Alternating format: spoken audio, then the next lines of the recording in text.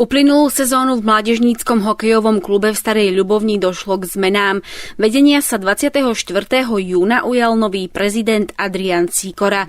Ešte pred letnou prestávkou vystúpil pred poslancami. V posledných 2 rokoch klub bojuje s nepriaznivou finančnou situáciou. Hokejový klub požiadal o mimoriadnu dotáciu vo výške 25 000 eur. Na poslednom rokovaní poslanci rozhodovali o peniazoch pre hokejistov. Keď chcú po nás mimoriadnu dotáciu, aby nám dali mimoriadnu správu. Aby dali celkovú bilanciu všetkých príjmov a všetkých výdavkov v klube.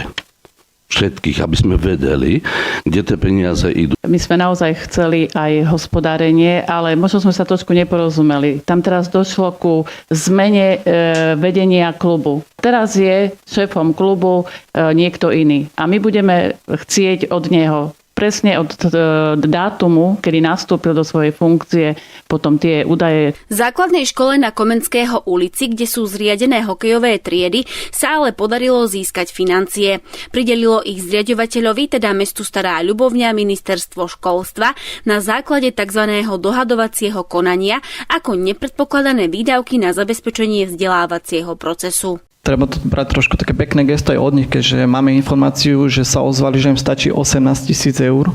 Ja za možno tých 28-30 rokov som sa ešte nestretol, že by niekto uprostred rozbehnutej dotácie povedal, ale možno to, prepáčte, my vám ešte aj vrátime, my toľko nepotrebujeme, tak vidíte, že je tu určitý nejaký férový prístup. Teda im skutočne stačí tých 18, tak zrejme by bolo dobre dať pozmeňujúci návrh na zníženie.